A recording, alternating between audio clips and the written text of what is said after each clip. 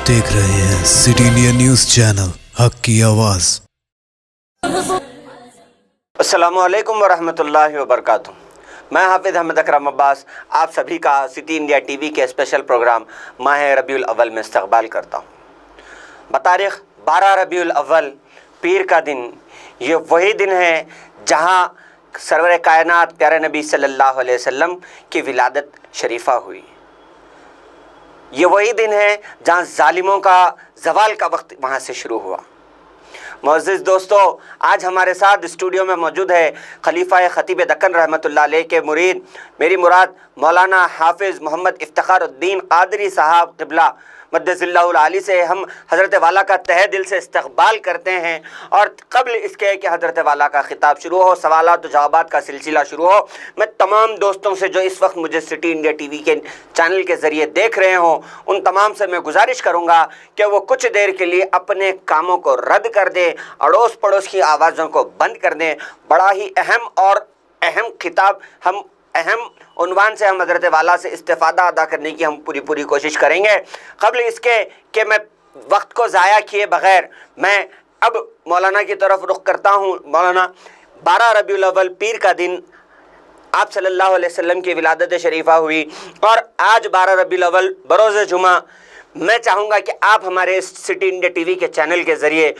ہمیں اور ہمارے تمام ناظرین کو عید میلاد النبی صلی اللہ علیہ وسلم کے پیغام، میلاد النبی سے ہم کو کیا پیغام لینا چاہیے، اس پر آپ طائرانہ نظر ڈال کے ہمیں اس سے مستفید کریں۔ السلام علیکم ورحمۃ اللہ تعالی وبرکاتہ۔ الحمدللہ الذی کفی وسلام علی عبادہ الذین اصطفی، اما بعد، فقد قال اللہ تعالی فی القرآن الحکمہ وفی شأن رسول اللہ صلی اللہ علیہ وسلم قال ان اللہ وملائکتہ یصلون علی النبی یا ایھا الذین آمنوا صلوا علیہ وسلموا تسلیما۔ اللہم صلی علی سیدنا محمد وعلی آل سیدنا محمد وعلی اصحاب سیدنا محمد وبارک وسلم، ثم الصلاۃ والسلام علی سید الاولین والآخرین ورحمۃ اللہ للعالمین، شفیعنا نبینا قدوتنا محمد الرسول اللہ وعلی آلہ واولیاء امتہ،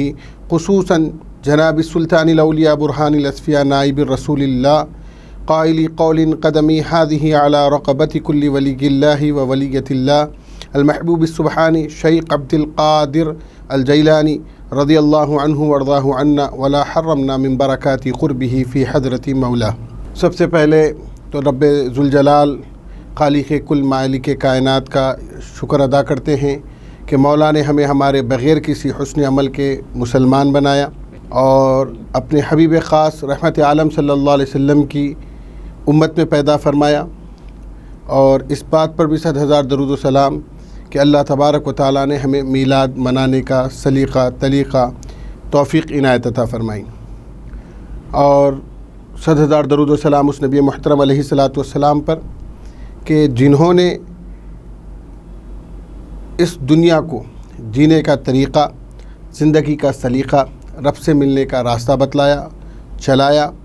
اور آپ کے تمام اصحاب بالخصوص اہل بیت اطہار پر 100,000 درود و سلام کہ انہوں نے اپنے جان و مال کی قربانی دے کر اس عظیم دین کو ہم تک اور رسول پاک علیہ الصلاۃ والسلام کی عظیم تعلیمات کو ہم تک پہنچایا۔ جیسا کہ آپ نے سوال کیا تھا، میلاد النبی صلی اللہ علیہ وسلم ہمیں کس طرح منانا چاہیے، اس بات پر پیر و مرشد خطیب دکن علیہ رحمت رضوان ہمیشہ اکثر فرماتے تھے کہ محبت ہمیشہ پریکٹیکل ہونی چاہیے۔ جو پریکٹیکل نہیں ہوتی محبت، وہ خالی دعوے کے میدان میں کسی کو فائدہ نہیں دے سکتی۔ تو اب ہمیں رسول پاک علیہ الصلاۃ والسلام سے محبت ہے تو ہمیں میلاد منانا ہے، اور میلاد النبی منانا یا نہیں منانا یہ ایک الگ موضوع ہے، اور میلاد النبی کیسے منانا یہ الگ موضوع ہے۔ منانا یا نہیں منانا اس پر ہمارے اسلاف پر ہزاروں رحمت برکت نازل فرمائے اللہ تبارک و تعالی کہ انہوں نے اتنے دلائل کے انبار لگا رکھے ہیں کہ میلاد النبی صلی اللہ علیہ وسلم منانا اسلام کی رو سے، شریعت اور قرآن کی رو سے کیسا جائز ہے۔ اس پر کئی دن سے آپ کئی سالوں سے بات سن رہے ہیں اس میں کوئی اب دو رائے نہیں ہے۔ اگر آج کوئی دور میں پوچھتا بھی ہے کہ میلاد منانا کیا ہیں تو عام و خاص اس بات کو آسانی سے سمجھتے ہیں کہ ان کا علم سے تعلق دور ہے۔ میلاد منانا یہ تو دین کے بیسک کاموں میں سے کام ہے۔ اب منانے کے طریقے کیسے ہوں تو دو جملوں میں بول دوں تو اس کے منانے کے طریقے ہونے چاہیے جو شریعتاً جائز ہیں۔ خوشی جیسے مثال کے طور پر اچھے کپڑے پہنیں، اپنے گھر والوں کو اچھا کھلائیں، آپ اپنے گھر والوں کو اچھا کپڑے پہنائیں، یہ نارمل آدمی ہے۔ اب اللہ آپ کو استطاعت دیا تو آپ اپنی میلاد کی خوشی کا اظہار آپ اس سے زیادہ کریں۔ اس سے زیادہ کیسے کریں تو آپ اپنے پڑوس میں دیکھیں مستحقین، اسی طریقے سے آپ دیکھیں آپ کی بستی میں، اسی طریقے سے آپ دیکھیں آپ کے شہر میں، اسی طریقے سے عالم اسلام میں، پورے عالم اسلام کو اللہ نے اپنے اسی بات سے علماء اکرام فرماتے کن نجمن فی السماء وان لم تکن کن مصباحا فی المنزلۃ، آپ آسمان کے ستارے بن جاؤ، وان لم تکن ایسا نہیں بن سکتے تو کن مصباحا فی المنزلۃ، تو کم از کم آپ اپنے گھر کے چراغ تو ضرور بنو۔ یعنی آپ میلاد النبی صلی اللہ علیہ وسلم کو اس مثال کو ذہن میں رکھ کر سوچیں کہ ایسی میلاد مناؤ کہ ساری کائنات کو یہ بات یاد دلوا دو کہ اسی دن اسی تاریخ کو وہ رحمت عالم، وہ محسن انسانیت، وہ شفیع المذنبین، وہ ہم گناہ گاروں کو بخشانے والے، شفاعت عظمیٰ کے حقدار،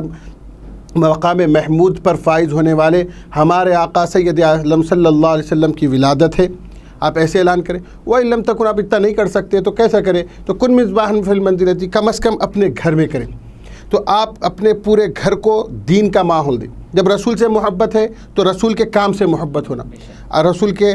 کام سے محبت ہوگی، رسول کی اطاعت سے محبت ہوگی تو یہ بات مانی جائے گی کہ آپ کو رسول سے محبت ہے۔ اگر آپ رسول کی دین سے، رسول کے تعلیمات سے آپ کو محبت نہیں ہے اور آپ یہ دعویٰ لگاتے بیٹھے ہیں کہ میں رسول سے محبت کرتا ہوں، میں رسول سے، تو یہ آپ کا خالی ایک طور پر جو ہے سو آپ کا ایک بیان بازی ہوگی، لیکن پریکٹیکل میں کچھ نہیں ہوگا۔ آج رسول سے محبت کا سب سے بہترین طریقہ کیا ہے، میلاد النبی منانے کا سب سے بہترین طریقہ کیا ہے، تو اس کا طریقہ آج کے دور حاضر میں تو سب سے بہترین طریقہ یہ ہے کہ ہم اس بات پر ہم امام حسن علیہ السلام کو دیکھیں گے کہ حضرت امام حسن علیہ السلام پورے مدینے میں ایسی شخصیت مانی جاتی تھی دور نبوی صلی اللہ علیہ وسلم کے بعد کہ ایک تاجر آپ کے پاس مدینہ شریف آیا، وہ شکر لایا، تاجر تھا، شکر لانے کے بعد جیسے مدینے میں پہنچا اس کو معلوم ہوا کہ مدینے میں کی جو شکر بک رہی ہے وہ اس سے بھی کم ریٹ کی ہے، یعنی اس کا جو بھاؤ تھا، اس کا جو قیمت تھی اس سے کم قیمت پہ تو یہاں پہلے سے دستیاب ہے۔ وہ بولا اتنا لانگ میں ٹرانسپورٹنگ کر کے اتنے اسٹاف کو لے کر اگر یہاں لاتا ہوں اور میں نفع نہیں کماتا ہوں تو کیا کروں، پریشان حال ہو گیا۔ ہونے کے بعد تاجر بولا میرا پورا گھر بار اس پر منحصر ہے پورے سال بھر کا، اب میں کیا کر سکتا ہوں؟ تو لوگوں نے بولا کوئی بات نہیں کہ نواز رسول، شبیہ رسول حضرت امام علیہ السلام کی بارگاہ میں پہنچو تو آپ کو خود بخود اس کا کوئی حل مل جائے گا۔ امام کی بارگاہ میں وہ پہنچنے کے بعد امام نے بولا کوئی بات نہیں ہے، تو اس وقت ایک چادر ہوتی تھی چمڑے کی، کارپیٹ کی طور پہ، وہ بچھوا دیا اپنے آنگن کے سامنے۔ اس کے بعد بولا پورا مال ٹرانسپورٹ سے یہاں اتارو، لوڈ اتار دو، لوڈ اتر گیا۔ اس کے بعد مدینے میں اعلان کروا دیا کہ جس شخص کو شکر کی ضرورت ہے وہ میرے آنگن سے لے جائے۔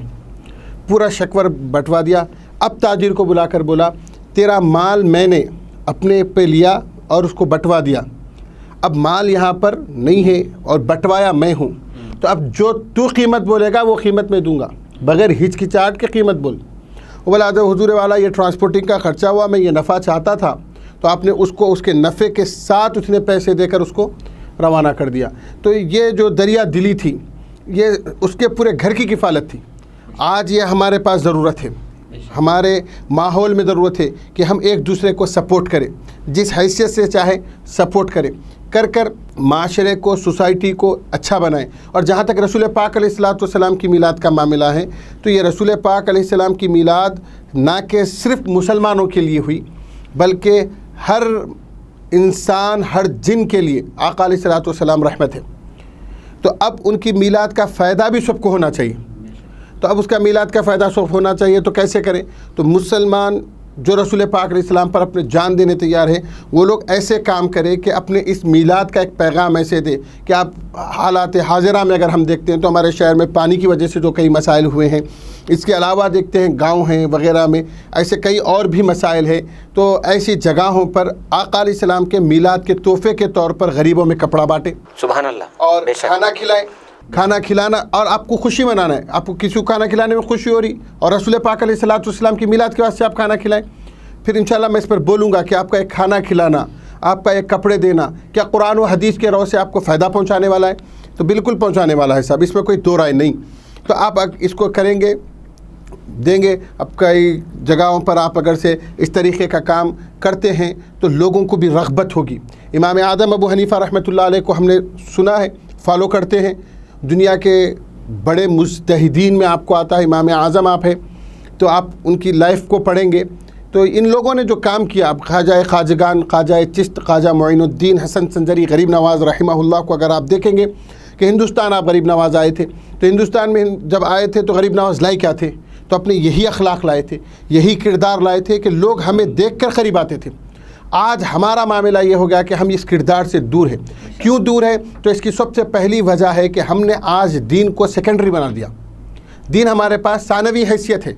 دنیا ہمارے پاس فرسٹ حیثیت رکھتی ہے۔ ہم یہ چاہتے ہیں کہ بچہ دنیاوی علم سیکھے، دنیا میں ترقی کرے، دنیا میں مال کمائے، دنیا میں لگژری گھر بنائے، دنیا میں اچھی کار رکھے، ہم یہ چاہتے ہیں۔ لیکن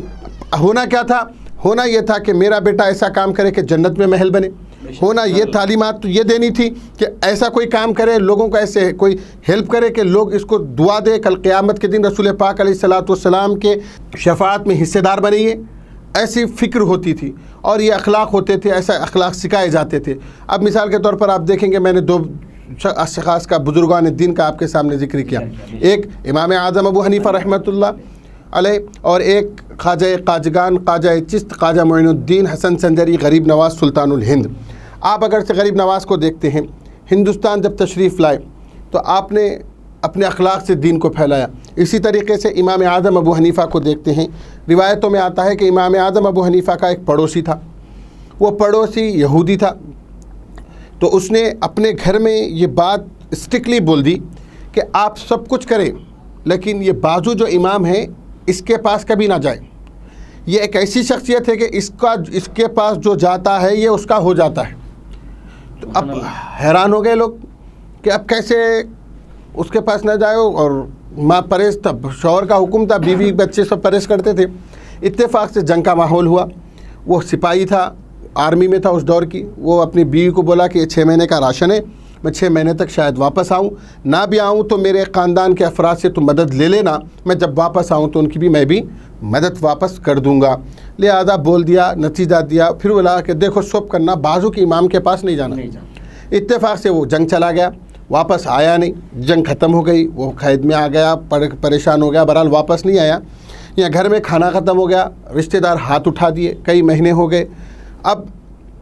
امام اعظم ابو حنیفہ جب بھی گلی میں تشریف لاتے وہ بچے دیکھ کر بھاگ جاتے تھے۔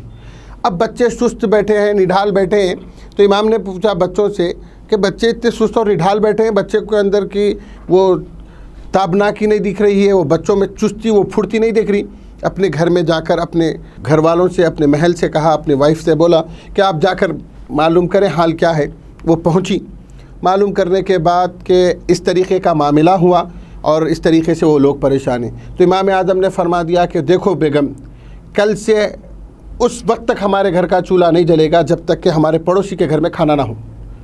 آج سے ان کے کھانے کی ذمہ داری ہماری ہوگی، لہذا آپ نے کھانے کا اہتمام کروایا۔ کئی دنوں کے بعد شوہر واپس آیا، آ کر دیکھا تو بچے پہلے سے زیادہ تندرست دکھ رہے ہیں، تو بچوں سے ماں سے بڑے خوش ہوا، کہنے لگا دیکھیں میرے خاندان والوں نے شاید مدد کی، اس واسطے آج تم اس اچھے حال میں ہو۔ بیوی رونے لگی، بولنے لگی میں آپ کی وصیت پر، آپ کے حکم پر باقی نہ رہ سکی۔ بچوں کی محبت تھی کہ بازو امام نے ہمارے لیے ساتھ ایسے برتاؤ کیا، اور امام کو کہ اس برتاؤ کی وجہ سے مجھے اور میرے حالات کی وجہ سے میں ان سے فائدہ لینا پڑا، اور اس طریقے سے میں ان کے دیے ہوئے پر ہمارے بچے پل رہے ہیں۔ وہ بولا جس کے اخلاق اتنے اچھے ہو وہ شخص کتنا اچھا ہوگا، لہذا اس کے پاس جانا چاہیے۔ تو وہ پہنچا امام کے پاس، جب وہ پہنچ کر امام سے شکریہ ادا کرنے لگا تو امام نے کہا کہ یہ میرا کام نہیں، یہ ہمارے رسول پاک علیہ الصلاۃ والسلام کے تعلیمات ہیں۔ آقا علیہ السلام نے فرمایا کہ پڑوسی کا تم پر حق ہے، یہ نہیں فرمایا کہ پڑوسی مسلمان ہوگا یا غیر مسلم ہوگا، بلکہ فرمایا کہ اب مسلمان پر تمہارا حق ہے، پڑوسی پر۔ میں نے اپنا حق ادا کیا، یہ میرے رسول کی تعلیمات ہے۔ وہ سن کر بولنے لگا جب حق عمل کرنے والا اتنا بہترین ہے اور جس کا حکم ہے وہ کتنا اچھا ہوگا، اور واقعی وہ رسول ہو سکتے ہیں، اور میں اس بات کی گواہی دیتا ہوں کہ وہ رسول ہے۔ پورا خاندان مسلمان ہو گیا۔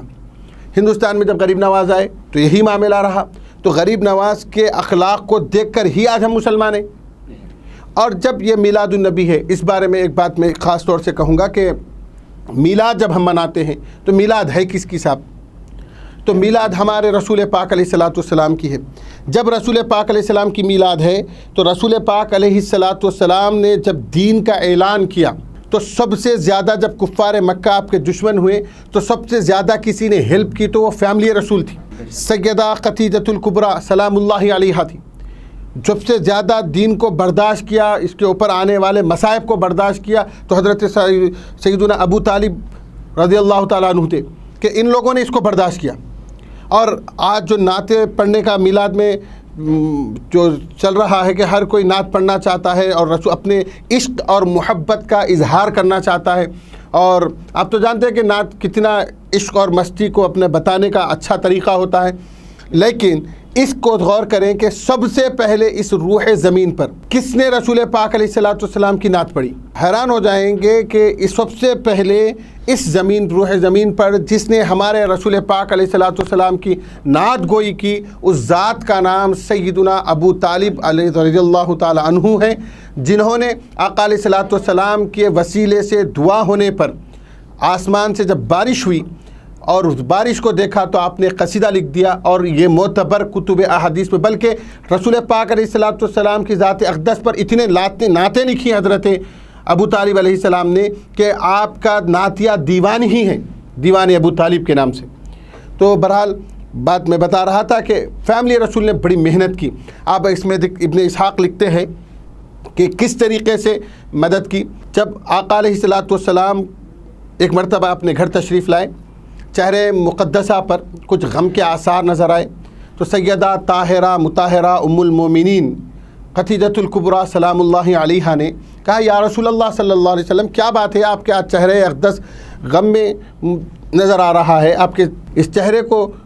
کس طریقے سے مسکراہٹ میں لایا جا سکتا ہے؟ تو حضرت سیدہ کے اس سوال پر رسول پاک علیہ الصلاۃ والسلام نے فرمایا کہ خدیجہ، میرے کچھ صحابہ جو رسول پاک علیہ السلام پر ایمان لائے تھے، اصحاب رسول، ان کے معاشی حالات کچھ پریشان کن ہیں، یعنی فائنانشیل کنڈیشنز کچھ پریشان ہیں، تو میں یہ چاہتا ہوں کہ ان کی فائنانشیل کنڈیشن سدھاری جائے، اور ان کے اس فائنانشیل کنڈیشنز کو دیکھ کر مجھے غم ہوا۔ تو آقا حضرت سیدہ نے فوری اپنا ایک صندوق منگوایا، اس میں سے سونے کے سکے نکالے، رسول پاک علیہ الصلاۃ والسلام کے سامنے سکے جمانا شروع کر دیں، کہ جب سکے جمتے جاتے، سکے جمتے ہوئے سکوں کی تعداد اتنی ہو گئی کہ اب رسول پاک علیہ الصلاۃ والسلام اور سیدۃ النساء العالمین سیدہ خدیجۃ الکبریٰ سلام اللہ علیہا دونوں کے درمیان میں سکے اتنے ہو گئے کہ اب ایک دوسرے کا چہرہ نظر نہیں آتا تھا۔ تو سیدہ خدیجہ ام المومنین نے اس تمام سکوں کو ڈھلا دیا، ڈھلا کر فرمایا کہ آپ کے ایک چہرے کی مسکراہٹ دیکھنے کے لیے خدیجہ ایسے ہزاروں سونے کی دیواروں کو گرا سکتی ہے۔ اللہ اکبر، سبحان اللہ۔ اور اس طریقے سے اس مسلمانوں کے فائنانشیل کنڈیشنز کو سپورٹ کیا۔ پھر آپ حضرت ابو طالب کو دیکھتے ہیں، حضرت حمزہ سلام اللہ علیہ کو دیکھتے ہیں، علیہ رضی اللہ تعالیٰ عنہ کو دیکھتے ہیں کہ حضرت حمزہ رضی اللہ تعالیٰ عنہ نے کس طریقے سے دین کو، اب جب یہ لوگ آئے تو کفاروں میں اتنی طاقت نہیں تھی کہ ان کے بیک سپورٹنگ کے بعد ان کو کچھ رسول پاک علیہ السلام کو تکلیف پہنچا سکے۔ آپ اس کے علاوہ میں شعب ابی طالب دیکھیں، آپ جس طریقے سے رسول پاک علیہ السلام کو شہر بدر کرنے کی کوشش کی گئی، شہر بدر کیا گیا کفار مکہ کی طرف سے، اور سٹی کے باہر رکھ دیا گیا۔ 2 سال پہاڑوں میں پورے فیملی رسول نے رسول پاک علیہ الصلاۃ والسلام کے دین کے لیے گزارے۔ آج اس رسول کا میلاد ہے، تو آج ہمیں یہ چاہیے کہ ہمارے محلے میں کوئی سادات ہے جو رسول کی فیملی سے اپنی نسبت رکھتا ہے، اگر رکھتا ہے کوئی سید ہے تو اس کی آپ کفالت کریں، آپ ان کو تحفے پہنچائیں۔ تمہارے نانا کی وجہ سے، آپ کے نانا کی وجہ سے ہمیں اتنا بڑا دین تحفے میں ملا ہے، آج ان کا ہم میلاد مناتے ہیں اور شہزادہ بھوکا رہے اور آپ پورے شہر کو کھانا کھلاتے رہیں، تو اس کی بھی ایک کوشش کرنی چاہیے۔ ان کی بچیوں کی شادی کے انتظامات ہیں۔ اور ایک بات ہے، آپ دیکھیں کہ آپ درود پڑھتے ہیں ثواب ملتا ہے، سلام پڑھتے ہیں جواب ملتا ہے۔ اسی طریقے سے آپ رسول کی فیملی کی مدد کرتے ہیں تو رسول آپ کی فیملی کی کفالت کریں گے، تو اللہ آپ ان کی فیملی کے اور اس کے اندر کیا ہے، یہ دل کا معاملہ ہے، اس کو کوئی دکھاوا اور شو پٹ اپ سے آپ نہیں کر سکتے، اس کو جہاں تک ہو سکے خاموشی سے یہ کام کرنا چاہیے۔ اس کے اسرار صوفیاء اکرام بالخصوص خطیب دکن علیہ رحمہ فرماتے تھے کہ میں خود سادات ہوں لیکن میں یہ کام کرتا ہوں اور اس کے کئی فائدے میں اپنی زندگی میں محسوس کرتا ہوں، اور کئی سادات کی آپ خاموش کفالت کیا کرتے تھے۔ تو بہرحال یہ ہمارا طریقہ رہنا چاہیے۔ اور رہی دوسری بات کہ ہم یہ میلاد النبی کیسے منائیں، تو خواجہ خواجگان خواجہ بندہ نواز گیسو دراز بلند پرواز علیہ رحمت و رضوان اپنی تفسیر میں لکھتے ہیں، ایاک نعبد و ایاک نستعین کی اس آیت میں اپنی تفسیر لکھتے ہیں کہ ایاک نعبد ہم تیری ہی عبادت کرتے ہیں، و ایاک نستعین ہم تجھ سے ہی مدد طلب کرتے ہیں۔ تو فرماتے ہیں کہ ہم نے نعبدو کی منزل پر 30 سال گزارے۔ جب ہم نعبدو یعنی عبادت کی منزل پر تھے اللہ کی،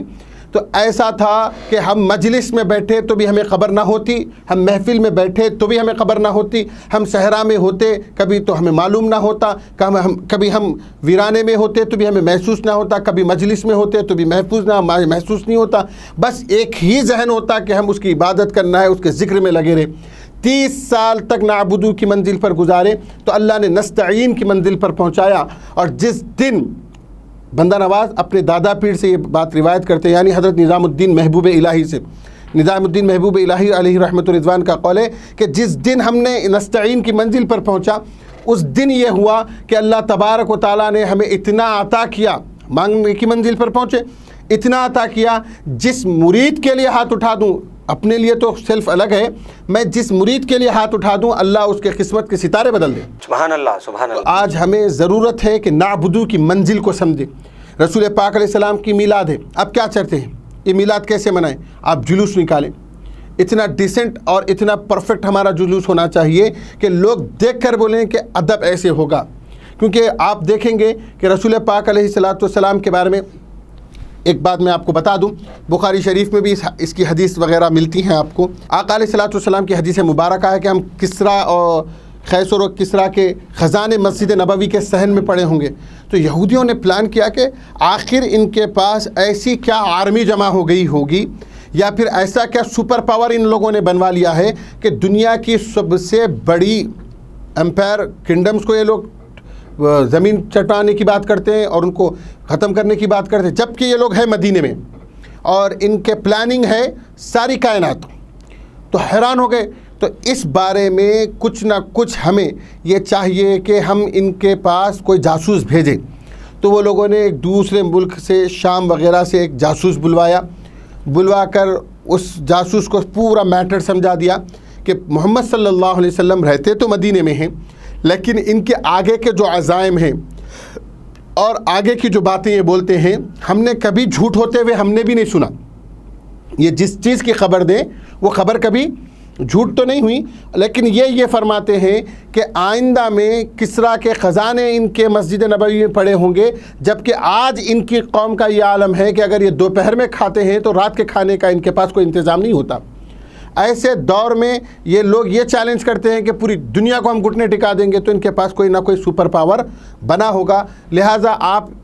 تم جا کر اس کی جانچ کر آؤ۔ مولانا، آپ اس سے پہلے کہ اس واقعے کی طرف آگے بڑھیں، میں اب وقت ہو چلا ہے ایک مختصر سے وقفے کا، وقفے کے بعد ہم انشاءاللہ اپنی بات کو آگے جاری رکھیں گے۔ تو ناظرین، آپ کہیں جائیے گا نہیں، اور اس مختصر سے وقفے کے بعد پھر میں آپ حضرات کے روبرو سٹی انڈیا ٹی وی کے خصوصی پروگرام ماہ ربیع الاول میں حاضر ہوں گا۔ مجھے ایک مختصر سے وقفے کے بعد پھر ہم حاضر ہوں گے، کہیں جائیے گا نہیں، دیکھتے رہیے سٹی انڈیا ٹی وی، حق کی آواز۔